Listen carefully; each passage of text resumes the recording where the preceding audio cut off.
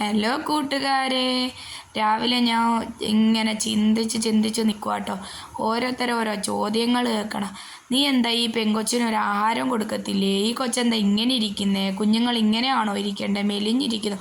കൊച്ചാണെങ്കിലോ ഒന്നും കഴിക്കത്തില്ല. എൻ്റെ പൊന്നോ, ഞാൻ പിന്നെ ഇങ്ങനെ ആലോചിച്ച് നിന്നപ്പോൾ അവൾക്കാണെങ്കിൽ മീനും വേണ്ട, ചിക്കനും വേണ്ട, ഒന്നും വേണ്ടവേ. അപ്പം നേരെ അടുക്കളയിലോട്ട് വന്നപ്പോൾ സോയാബി ഉണ്ടായിരുന്നു കേട്ടോ. ഞാൻ പെട്ടെന്ന് ആകെ പെണ്ണ് ഇഷ്ടത്തോടെ തിന്നുന്ന ഒരു കാര്യം എന്താണെന്ന് വെച്ചാൽ സോയാബിയാണ്. എന്ത് ചെയ്യാനാ?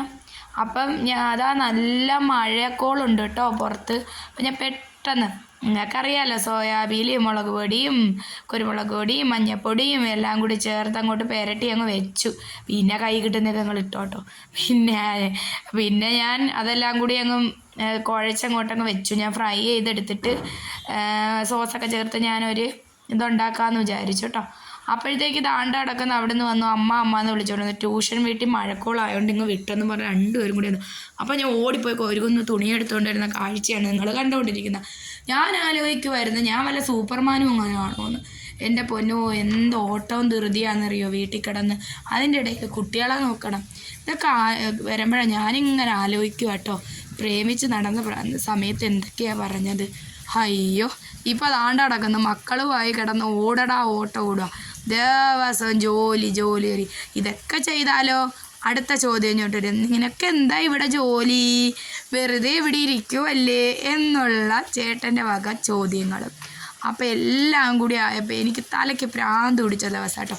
പിന്നെ ഞാൻ നേരെ വന്ന് കുറച്ച് ടൊമാറ്റോ കെച്ചപ്പും ചില്ലി സോസും സോയാ സോസും വായിക്കൊള്ളാത്തവരുടെ പേരൊക്കെ കേട്ടോ, ഒന്നും വിചാരിക്കരുതേ.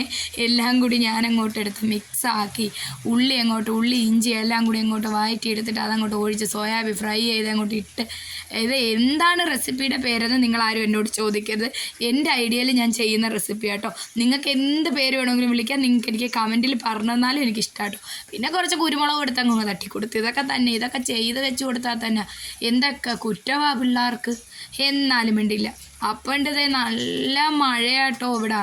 മഴ കണ്ടിങ്ങനെ രസിച്ചിരിക്കുക പിള്ളേർ. അതിൻ്റെ ഇടയിൽ ഞാൻ കുറച്ച് നെയ്ച്ചോറങ്ങ് ഉണ്ടാക്കി. നെയ്ച്ചോറെന്നും ഫ്രൈഡ് റൈസ് എന്നൊക്കെ വിളിക്കാട്ടോ. എൻ്റെ മക്കൾക്ക് ആരാണ്ട് ഇതിനകത്ത് എന്തോ കൂടാത്രം ചെയ്ത് കൊടുത്തെന്ന് എൻ്റെ അമ്മ പറയുന്നത്, എന്തോ മന്ത്രം ചൊല്ലിക്കൊടുത്തെന്ന്.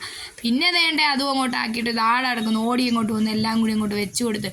അപ്പോഴും ആ പെണ്ണിൻ്റെ മുഖം നിങ്ങൾ ശ്രദ്ധിച്ചാൽ കാണാം, പെണ്ണിൻ്റെ മോന്തയിരിക്കുന്നുണ്ടോ.